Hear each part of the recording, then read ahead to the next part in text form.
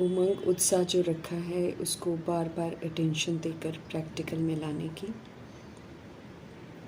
संकल्प बोल और कर्म में संबंध संपर्क में संपन्न बनने की, सदा स्वदर्शन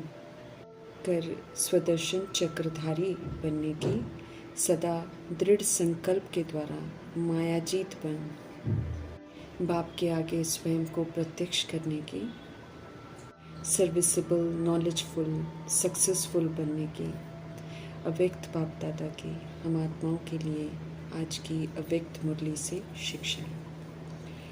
वरदाता परमपिता परमात्मा हम आत्माओं को वरदान देते हैं कि सच्चे साफ दिल के आधार से नंबर 1 लेने वाले बनो।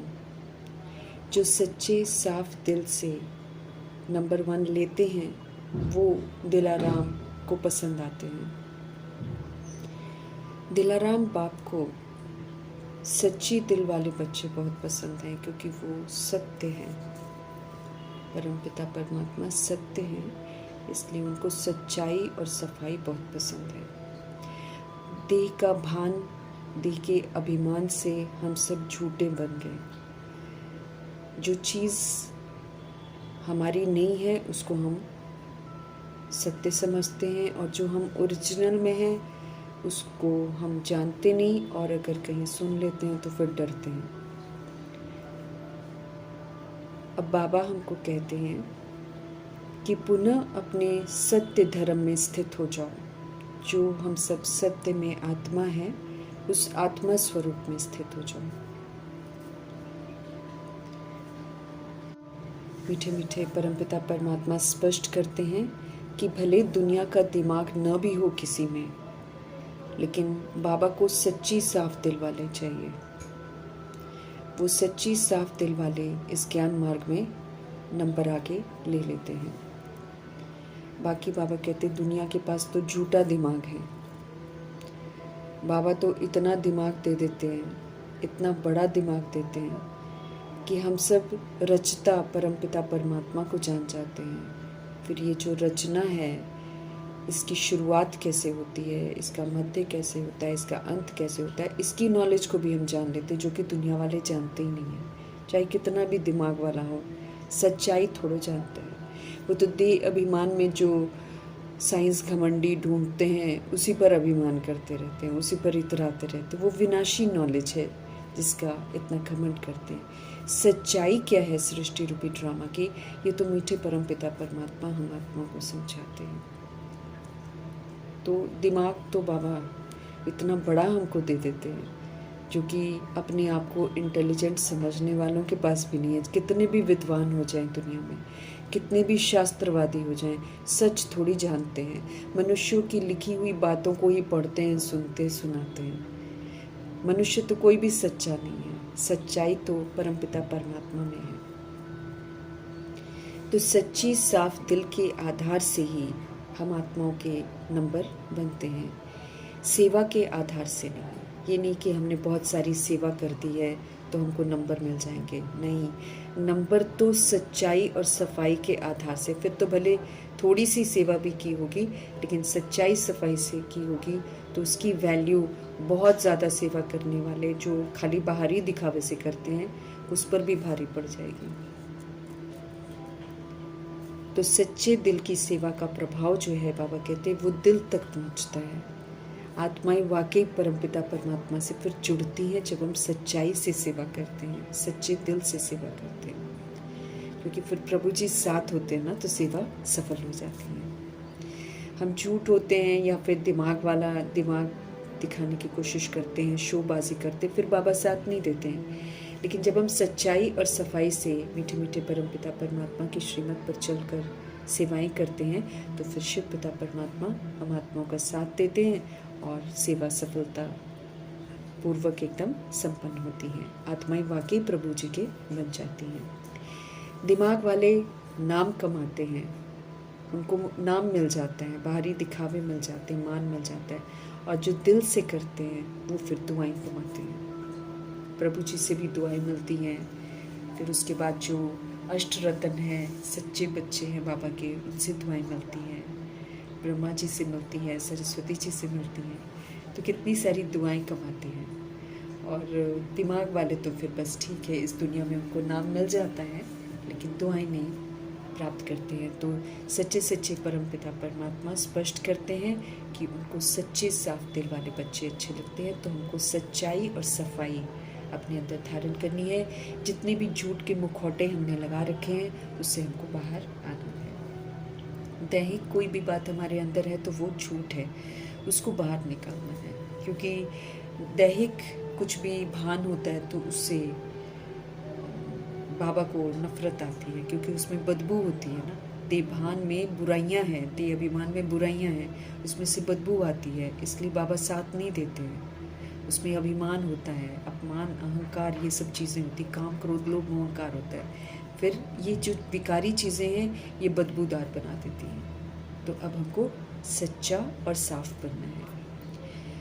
हमें सभी आत्माओं के प्रति, विश्व की करोड़ों आत्माएं हैं, हमें सभी के प्रति शुभ चिंतन रखना है, सबका भला चाहना है। जो शुभ चिंतन बाबा करने हमको सिखाते हैं ना, तो जो बाबा सिखाते हैं बस वही सबके लिए सोचना है। सभी आत्माओं के प्रति हमारे मन में शुभ चिंतन हो, सबका भला हम चाहें और शुभ कामना ही रखनी है। सब निर्विकारी बन जाएं, सब परमपिता परमात्मा के साथ सबका बुद्धि का योग लग जाए, सभी आत्माएं सुखी रहें, पवित्र बने, निरोगी बने, निर्विकारी बने, निरअहंकारी बने, सभी के पाप खत्म हो जाएं, सभी के विकार खत्म हो जाएं, बंधन खत्म हो जाए, रोग खत्म हो जाए, परेशानियां खत्म हो जाएं, विघ्न बाधाएं समाप्त हो जाएं, सभी की कर्म इंद्रियां शीतल हो जाएं, सभी को परमात्म परिचय मिल जाए, परमात्म ज्ञान मिल जाए, सभी परमात्मा की श्रीमत अनुसार जीवन यापन करें, सभी परमात्म वर्षे के अधिकारी बन जाएं, सब तरह की अधीनता से, गुलामी से, बंधनों से सब मुक्त हो जाएं, सभी आत्माएं शक्तिशाली हो जाएं, नष्ट मोह बन जाएं, सभी को परमपिता परमात्मा से प्रीत हो जाए। इस तरह के शुभ चिंतन और शुभ कामना हमको रखनी है, सभी सोल्स के लिए रखनी है। ऐसा सच्चा परोपकारी हमको बनना है, बाप समान परोपकारी बनना है। बाबा अपकारी पर भी उपकार करते हैं, हम आत्माओं को भी सिखाते हैं कि कैसे सभी आत्माओं पर उपकार करना है, हमें परोपकारी बनना है। हम आत्माओं को अव्यक्त इशारे मिल रहे हैं सहज योगी बनने के, तो इसके लिए बहुत ज़रूरी है कि हम परमात्म प्यार के अनुभवी बने। मीठे परमात्मा स्पष्ट करते हैं कि जो सोल्स परमात्म प्यार में हमेशा लवलीन रहते हैं, खोए हुए रहते हैं, उनकी फिर झलक, उनकी फिर फलक, अनुभूति की किरणें इतनी पावरफुल हो जाती हैं कि कोई भी समस्या उनके समीप आती ही नहीं है। मीठे परमात्मा कहते हैं समीप आना तो दूर, आंख उठाकर भी समस्याएं उसकी तरफ देख नहीं सकती हैं। उन्हें कभी भी किसी भी प्रकार की मेहनत नहीं करनी पड़ती है। जो सदा परमात्म प्यार में लवलीन रहते हैं वो तो फिर स्वतः ही सब कुछ कर सकते हैं। परमात्मा की हमारी ज़िंदगी में मौजूदगी जो है वो सारे कर्मों को सही कर सकती है, सब ठीक हो जाता है, सब पावरफुल हो जाता है, क्योंकि सब शक्तिवान बाप है ना। तो उनकी मौजूदगी हमारी ज़िंदगी में अद्भुत चमत्कार करती है। तो परमात्म प्यार को हमें ज़रूर अनुभव करना है। हम आत्माओं ने विस्मृति में आकर अपने लिए दुख खरीदे हैं और दुनिया को बना दिया है दुख धाम। अब हम आत्माओं को परमपिता परमात्मा सत्य से परिचित कराते हैं और फिर विश्व कल्याण करने के निमित्त बनाते हैं। समझ देते हैं कि विश्व की आत्माओं को दुखों से छुड़ाओ, और उसके लिए हर आत्मा तो ज्ञान सुनेगी नहीं, द्वापर युग कलयुग की आत्माएं तो ज्ञान नहीं सुनेंगी, लेकिन बाबा कहते हैं दुखों से छुड़ाने के लिए उनकी मनसा सेवा को बढ़ाओ। अपनी मनसा को हमें निराकारी बनाना है, क्योंकि विश्व की सारी आत्माओं के प्रति हमको सेवा करनी है। तो जब तक हमारी मनसा निराकारी नहीं होती है तब तक तो मतभेद, पक्षपात, इस तरह की चीज़ें होती रहती हैं। लेकिन मनसा सेवा को बढ़ाने के लिए मनसा को बिल्कुल क्लीन करना है, साफ करना है। तो निराकारी जब हो जाती है तो फिर सारी आत्माएं एक जैसी लगती हैं।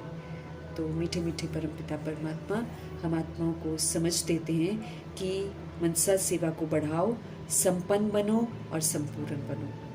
जितना हमारे में संपन्नता आती जाएगी, जितना संपूर्णता आती जाएगी, उतना हम आत्माएं जो हैं भरपूर रहेंगी और भरपूरता से ही हम विश्व की आत्माओं को दुखों से छुड़ा सकेंगे। मीठे मीठे परमपिता परमात्मा सर्व खजानों के मालिक हैं। हम आत्माओं को, जो हम गरीब बन गए हैं, फिर से हमको धनवान बनाते हैं, खजानों का मालिक बनाते हैं। अव्यक्त बाप दादा, हम आत्माओं से मिलते हैं तो हम आत्माओं की चेकिंग करते हैं कि हम कहाँ तक खजानों से संपन्न बने हैं। स्पष्ट कर रहे हैं कि वो हर एक बच्चे को सर्व खजानों का मालिक बनाते हैं और सभी को एक जैसे ही सारे खजाने देते हैं। मम्मा पापा को जैसे खजाने दिए वैसे ही खजाने हमको दिए हैं। वो अखुट खजानों के मालिक हैं। वो 800 करोड़ की आबादी हो, चाहे कितनी भी आबादी हो, वो सबको खजानों से भरपूर कर सकते हैं, तब भी उनके पास खजाने खुटेंगे नहीं। तो इसीलिए अखुट खजानों के मालिक हैं, बराबर के खजाने सभी बच्चों को देते हैं। लेकिन यहाँ पर विधि यही है कि खजाने जो हमको मिलते हैं उनको प्रयोग में लाना है और उनको प्रयोग में लाकर फिर सेवाओं में भी लगाना है। जब हम प्रयोग में लाते हैं तब तो हम खर्च करते हैं खजानों को, लेकिन जब हम सेवाओं में लगाते हैं तो फिर हम इसको जमा करते हैं। तो सर्व खजाने जो हैं वो हमको धारण करने में अपनी अपनी क्षमता के अनुसार हम धारण करते हैं।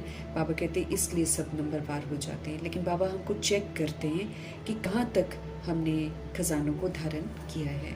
बाबा देखते हैं कि कोई नंबर 1 है और कोई फिर नंबरवार है। जितना भी धारण किया है, बाबा कहते हैं ये तो प्रभु जी की शिक्षाओं की खूबसूरती है, उनके खजानों की खूबसूरती है कि जब हम इनको धारण कर लेते हैं तो ये कोई छिपे नहीं रह जाते हैं। हमारी जितनी भी रिजल्ट है वो हमारे चलन से, चेहरे से, नैनों से स्पष्ट दिखाई देगी। तो अभी जो आत्माएं खजानों से भरपूर हो जाती हैं, भगवान के खजानों से भरपूर हो जाती हैं, उनके चेहरे से, उनके नैनों से खजानों का जो नशा है वो स्पष्ट दिखाई देता है। खजाने से भरपूर आत्मा जो है, बाबा कहते हैं वो चेहरे से और नैनों से भरपूर दिखाई देगी। उसकी आंख फिर कहीं नहीं डूबेगी। वो सदा रूहानी नशे में रहते हैं। बाबा कहते हैं कि जैसे दुनिया में भी स्थूल खजाने होते हैं ना, तो बड़ा गुरूर होता है लोगों को कि हमारे पास शोहरत है, नाम है, तो फिर उनके चेहरे से, चलन से मालूम पड़ जाता है। बिल्कुल ऐसे ही ये जो अविनाशी खजाने हैं ये बड़े सूक्ष्म हैं, ये दिखाई थोड़ी देते हैं, लेकिन जब हम इनको जीवन में धारण कर लेते हैं, जब हम इनको सेवाओं में लगा देते हैं तो इनका नशा और इनकी खुशी ये छिपी नहीं रहती है, ये बिल्कुल स्पष्ट दिखाई देगी। संपन्नता का फकुर जो है वो हमको बेफिक्र बादशाह बना देता है। फिर हमको किसी चीज़ की फिक्र नहीं है, बेफिक्र बादशाह हम बन जाते हैं। हम बेगमपुर के बादशाह बन जाते हैं। कुछ नहीं भी होता है स्थूल, लेकिन ये जब सूक्ष्म खजाने होते हैं तो बादशाही का अनुभव कराते हैं। इनमें इतनी अद्भुत पावर है कि कुछ नहीं होते हुए भी धनवान अनुभव करते हैं, क्योंकि आत्मा अमीर हो जाती है। आत्मा जिन चीज़ों को ढूंढती है वो उसको मिल जाते हैं खजानों के रूप में। आत्मा को पैसा नहीं चाहिए, स्थूल धन नहीं चाहिए, आत्मा को स्थूल इधर उधर खुशियाँ नहीं चाहिए। आत्मा सूक्ष्म ढूंढती है, तो वो सूक्ष्म खुशियाँ जो हैं वो बाबा कहते हैं कि उनके खजानों से सबको मिलती हैं। ईश्वरीय संपन्नता के खजाने वाले बेफिक्र बादशाह बन जाते हैं। तो बाबा हमसे पूछ रहे हैं कि क्या हम बेगमपुर के बादशाह बन गए हैं? हमें चेक करना है कि क्या हमें कोई फिक्र, कोई गम है या हम बेफिक्र हो गए हैं। त्रिकालदर्शी स्थिति में स्थित रहते हैं, क्योंकि त्रिकालदर्शी स्थिति में स्थित होने वाली आत्माएं इस बात पर पूरा यकीन करती हैं कि जो हो रहा है वो सब अच्छा हो रहा है, जो होने वाला है वो और भी अच्छा होने वाला है। सर्वशक्तिवान बाप के हम साथी हैं, साथ रहने वाले हैं। हर एक को नशा और फकुर है कि बाप दादा सदा हमारे दिल में रहते हैं, और अगर हम बाबा को अपने दिल में रखते हैं तो फिर हम बाबा के दिल तख्त का अधिकार प्राप्त करते हैं। तो फिर दुख की लहर तो आ ही नहीं सकती है। अगर हम दिल में एक शिव बाबा को बसा लेते हैं तो दुख तो आ ही नहीं सकता है। सर्व खजानों से भरपूर हो जाते हैं। जो भरपूर चीज़ होती है, बाबा कहते हैं उसमें कभी भी हलचल नहीं होती। वो हर परिस्थिति को, हर ऑपोजिशन को एकदम आराम से पार करते हैं, विघ्नों को पार कर लेते हैं। तो बाबा हम आत्माओं की संपन्नता को चेक कर रहे हैं कि कितना हम संपन्न बने हैं। बाबा जमा का खाता भी चेक कर रहे हैं, फिर हम आत्माओं का ध्यान खिंचवा रहे हैं। जहाँ कमी है उसको फिर हमको भरना है। खजाना तो बाबा कहते अखुट मैंने दिया है, लेकिन उस खजाने को कार्य में लगाते कुछ आत्माएं ख़त्म कर देती हैं, अपने लिए खर्च लेती हैं, और कुछ फिर मिले हुए खजाने को कार्य में लगाती हैं और उसको बढ़ाती हैं। तो हमको देखना है कि कितना % हमने अपना जमा का खाता जमा किया है, क्योंकि बाबा कहते हैं ये खजाना जो है ये सिर्फ संगम युग के लिए थोड़ी है, ये तो यही खजाना तो हम भविष्य में लेकर जाएंगे। जो भी कुछ हम कर रहे हैं, हम 2500 वर्ष की राजधानी के लिए कमा रहे हैं, और वो सिर्फ 2500 वर्ष की राजधानी में नहीं चलता है, बल्कि उसके आगे भी द्वापर युग में भी चलता रहता है। तो हमको देखना है कि जमा कितना हुआ, बड़ी गंभीरता से हमको इस तरफ ध्यान देना है। तो बाबा हम आत्माओं की % देख रहे थे और देख कर रिजल्ट बता रहे हैं कि सेवा सभी बच्चे अपने अपने कैपेसिटी के अनुसार करते हैं, जितनी शक्ति है उतनी कर रहे हैं। लेकिन बाबा इस बात का ध्यान ज़रूर खिंचवा रहे हैं कि सेवा का फल जितना जमा होना चाहिए उतना जमा नहीं होता है। जमा का खाता बाबा देखते हैं और सेवा बाबा देख रहे हैं कि बहुत सेवा करते हैं, लेकिन सेवा करने का फल भी तो जमा होना चाहिए। तो उसकी निशानियां स्पष्ट कर रहे हैं कि चाहे हम मनसा सेवा करें, चाहे हम वाचा सेवा करें, चाहे हम कर्मणा सेवा करें, सबकी मार्क्स जो है वो 100% मार्क्स है।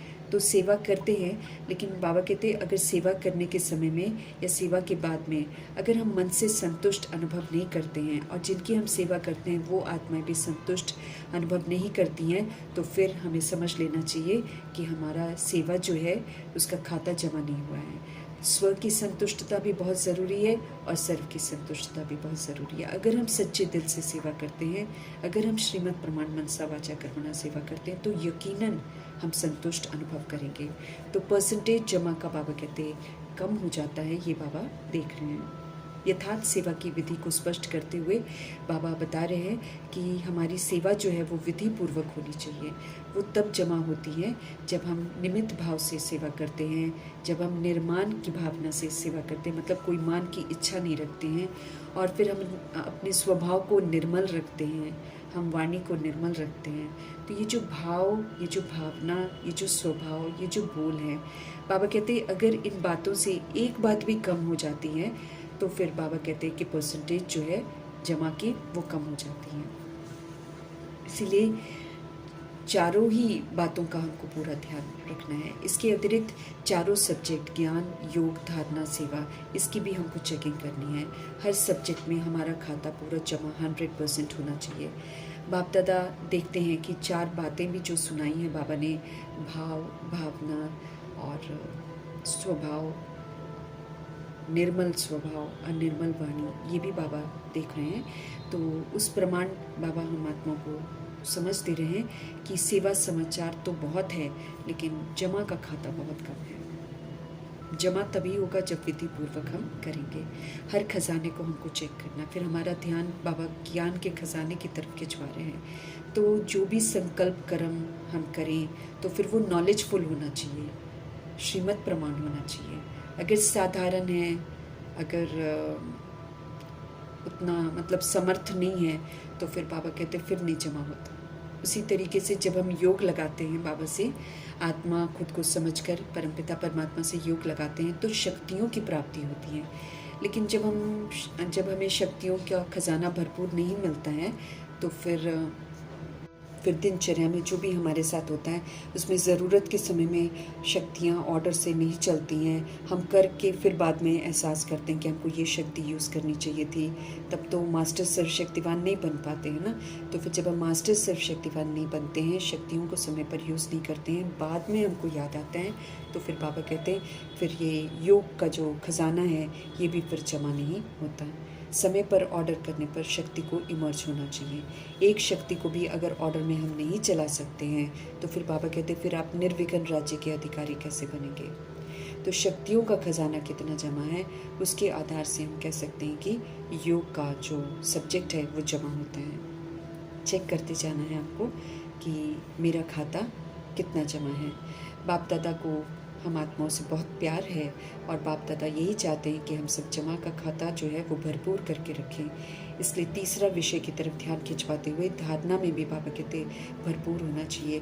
अगर हम धारणा में भरपूर हैं तो फिर हमारे हर कर्म में बाबा के सिखाए हुए गुण जो हैं वो अनुभव होंगे दूसरी सोल्स को।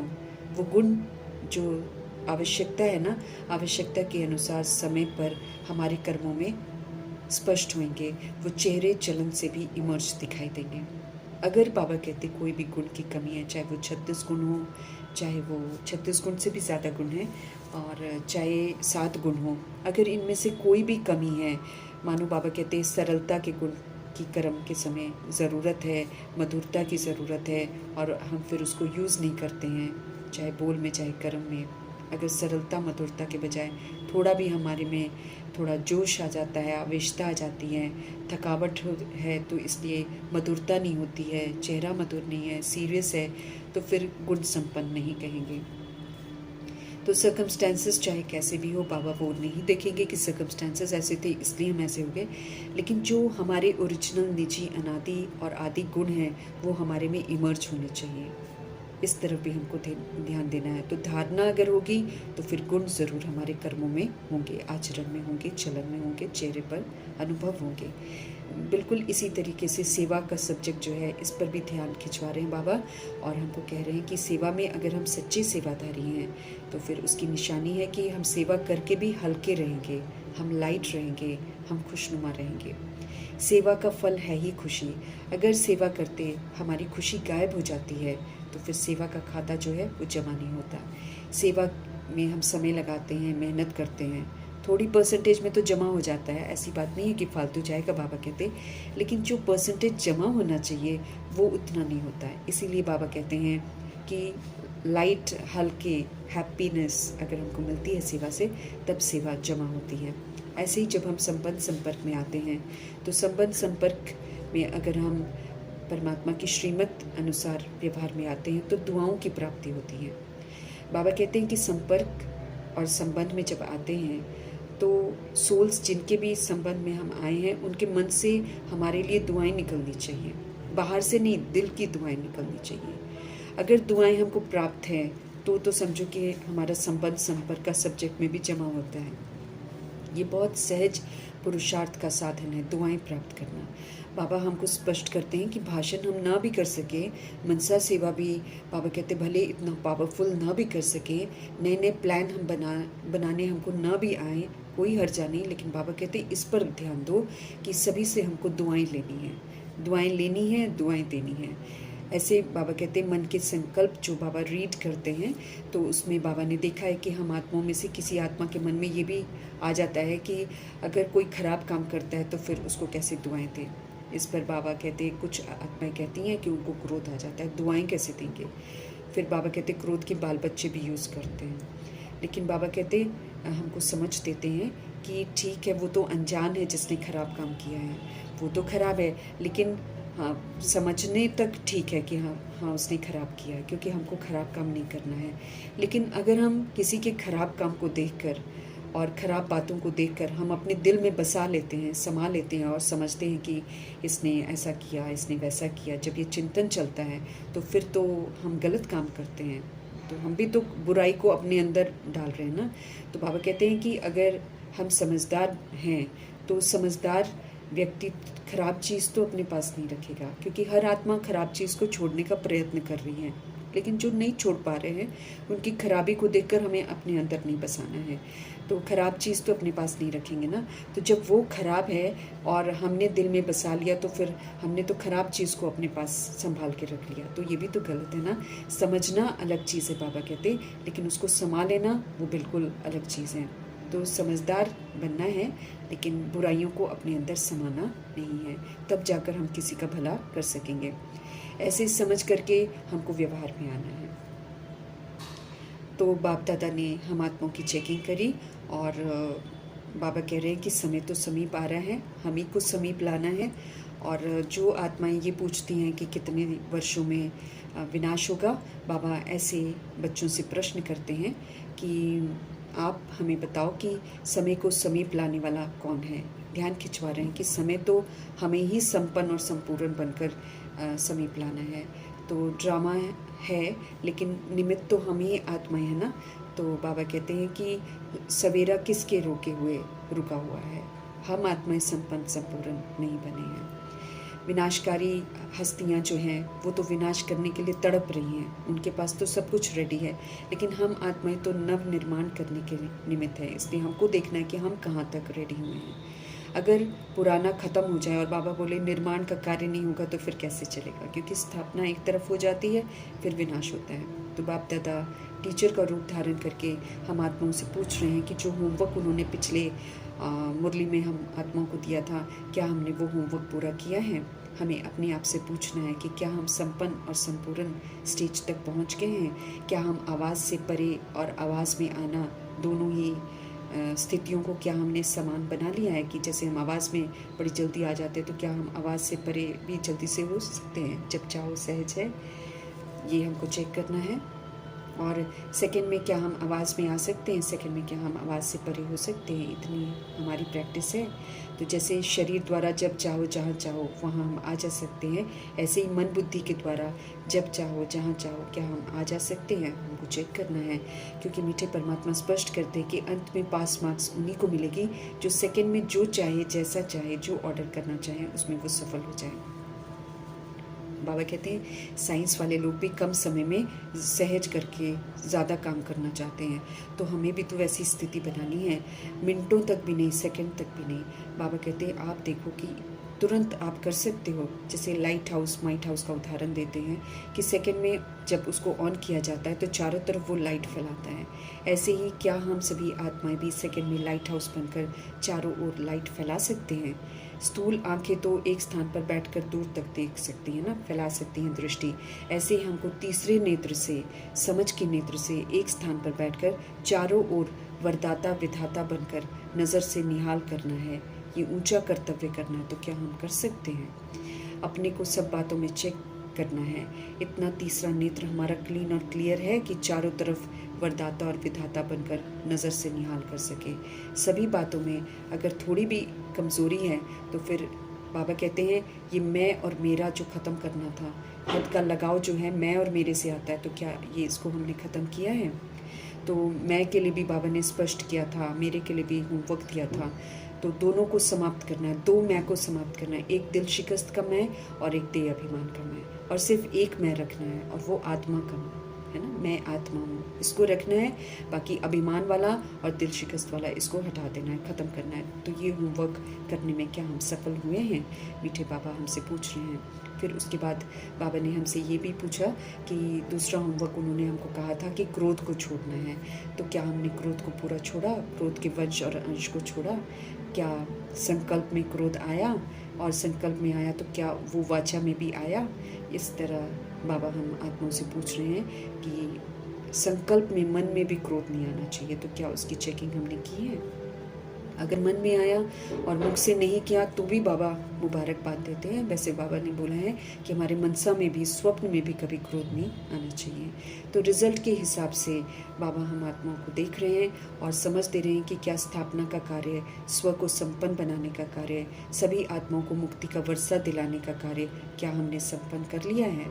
स्वयं को जीवन मुक्ति स्वरूप बनाना है, ट्रस्टी बनकर सभी को प्रभु की अमानत समझकर सतोगुणी सतयुगी पाठ बजाना है, तब हम जीवन मुक्ति का संस्कार बना सकते हैं। तो क्या हमने अपने आप को जीवन मुक्ति स्वरूप बनाया है और सभी आत्माओं को मुक्ति का वर्षा दिलाया है?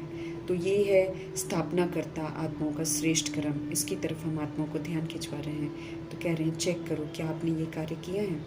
तो बाप दादा भी हमसे पूछते हैं कि सर्व बंधनों से आप मुक्त हुए हो, जीवन मुक्ति की स्टेज पर, संगम पर ही तो पहुंचना है। ध्यान खिंचवा रहे हैं, इसी संगम युग में हमको जीवन मुक्त रहकर सबूत देना है।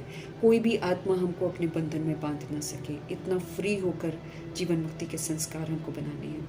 हमको सतयुग तक पहुंचना है, संगम युग में ही हमको संपन्न बनना है। सतयुग में तो हम यहाँ की प्रारब्ध लेकर जाएंगे, तो सतयुगी पाठ जो है वो यहाँ पर हमको संगम युग में प्रैक्टिकल में बजाकर ऐसे संस्कार बनाने हैं। राजयोग हमको सतयुग में जाकर सीखना नहीं है, राजयोग हमको यहाँ पर सीखना है, यहाँ पर संपन्न बनना है, यहाँ पर संपूर्ण बनना है। इसकी तरफ ध्यान खिंचवाते हुए बाबा हम आत्माओं को समझ दे रहे हैं कि संगम युग के समय को भी सबसे बड़े से बड़ा खजाना कहते हैं। तो क्या हम इस खजाने को सफल कर रहे हैं? श्रीमद् प्रमाण तो सवेरा बाबा कहते किसके रोके हुए रुका है। हम आत्माओं के खातिर रुक गए ना, तो हमें खुद की चेकिंग करनी है। हमारे बाप दादा चाहते हैं कि हम सभी आत्माएं जो हैं, हम उनकी आशाओं के दीपक हैं, तो इसलिए अपना खाता हमको अच्छी तरह से चेक करना है। बाबा कहते हैं मौजी राम नहीं बनना है। ये नहीं कि खाओ पियो मौज करो और ये सोचो कि किसने देखा है सतयुग में सब तो बदल जाएंगे, इसीलिए जो चाहे वो करो। तो बाबा सावधान करते हैं ऐसी आत्माओं को कि मौज तो कर लेंगे तो फिर प्राप्ति भी वैसी ही होगी, कुछ नहीं मिलेगा, है ना। तो थोड़े से ही अगर हम खुश हो रहे हैं तो फिर साथ में सज़ाएं भी तो हम खाएंगे, क्योंकि पूरा नहीं किया तो सज़ा भी ड्रामा देता है, ड्रामा सज़ा देता है। फिर बाबा हमारा ध्यान खिंचवा रहे हैं कि हमको विनाशी साधनों में मौज नहीं मारनी है। विनाशी साधन सेवा के लिए हमको मिले हैं, सेवा के लिए यूज़ करना है और उसको डिटैच करना है, लेकिन उसमें मस्तियाँ मन नहीं मारनी है कि हम उसमें मौज कर रहे हैं। अल्पकाल के साधन बाबा कहते हैं ये अल्पकाल की खुशी देंगे, बाकी तो बाद में तो दुख की प्राप्ति होगी। जब ये अचानक बंद हो जाएंगे तो दुख की प्राप्ति हो जाएगी। तो खाओ पियो मौज करना ये हम आत्माओं की फितरत नहीं होनी चाहिए। बाबा हमको सर्व खजानों से संपन्न कर रहे हैं। ये समय है खजानों से संपन्न बनने का, ये समय है विकर्मों को विनाश करने का, ये समय है 2500 वर्ष की राजधानी के लिए पूरा वर्षा लेने का, यहाँ तक कि पूरे कल्प की जन्मपत्री बनाने का। इसलिए मीठे बाबा ऐसी आत्माएं जो मौज मस्ती में रह रही हैं, जो विनाशी साधनों में अपना वक्त दे रही हैं, समय इतना अनमोल खजाना है संगम युग का, उसको जो बर्बाद कर रहे हैं, उन आत्माओं को बाबा इशारा ही देते हैं और क्या कर सकते हैं। बाबा कहते हैं हीरो के खान में आए हो और 2 हीरे लेकर अगर खुश हो रहे हो तो फिर बाप दादा क्या कहेंगे। ऐसा नहीं बनना चाहिए, बल्कि ये समय है इंद्रियों से परे का सुख जो है उसको अनुभव करने का।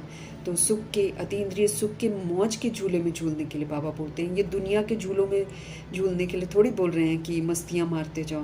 बाबा तो अतीन्द्रिय सुख के मौज के झूलों में झूलने के लिए बोल रहे हैं। अविनाशी प्राप्तियों के झूले की मौज में झूलने के लिए बोल रहे हैं कि अविनाशी प्राप्ति करो, इसमें आनंदित रहो। बाकी स्थूल मस्ती के लिए थोड़ी बोलते बाबा, लेकिन बाबा के महावाक्यों को उल्टा मोड़ दे देती हैं आत्माएं। तो इसलिए बाबा ध्यान खिंचवा रहे हैं कि माया का पाठ भी इस समय बड़ा विचित्र है, भगवान से बेमुख करके साधनों में व्यस्त कर देती है। साधन ही ऐसे ऐसे निकले हैं जिसमें आज की कौम जो है व्यस्त रहती है और भगवान की तरफ ध्यान नहीं देती हैं। तो बाबा कहते हैं बिना साधन के भी जिन्होंने साधना की है, शुरू की आत्माओं ने, उन्होंने कितनी अद्भुत साधना की है, कितनी सेवाएं की है, क्वालिटी वाली सेवा की है, वारिस बने हैं उनके समय में। आदि रतन तो तैयार हो गए ना। तो ये साधनों की आकर्षण है, साधनों को यूज़ करना रॉन्ग नहीं बाबा कहते हैं, लेकिन साधना को भूल जाते हैं। सारा समय साधन में लगे रहते हैं, उसी में अपना वक्त बिताते हैं। तो साधन जीवन की उड़ती कला का साधन नहीं है। कभी भी नहीं सोचना है कि साधन के आधार से हम उड़ती कला में जाएंगे, उसके लिए तो साधना ज़रूरी है, साधना से हम उड़ती कला में जाएंगे। तो अगर साधना के बजाय हम साधनों को आधार बनाते हैं तो फिर बाबा हम आत्मा को ध्यान खिंचवा रहे हैं कि फिर रिजल्ट क्या होगी। साधन तो विनाशी है, तो जो भी हम कर रहे हैं वो सारा का सारा विनाशी है। इधर प्राप्तियां भी नहीं होगी, चढ़ती कला भी नहीं होगी, और न विक्रम विनाश होंगे, न प्राप्तियां होंगी, न अतीन्द्रिय सुख होगा। तो हम सब कुछ खो देंगे ना। तो जब साधन बंद हो जाएंगे तो फिर पश्चाताप होगा। इसीलिए रिजल्ट की तरफ बाबा ध्यान खिंचवाते हुए हम आत्माओं को कह रहे हैं साधना अविनाशी है और तो फिर उसकी प्राप्तियां भी अविनाशी हैं। साधन विनाशी है, उसकी प्राप्तियां भी विनाशी हैं। तो कहीं हम धोखा न खा जाएं। मीठे मीठे परमपिता परमात्मा आज हम आत्मा को स्पष्ट कर रहे हैं कि समय प्रमाण हमको संपन्न और संपूर्ण जरूर बनना है।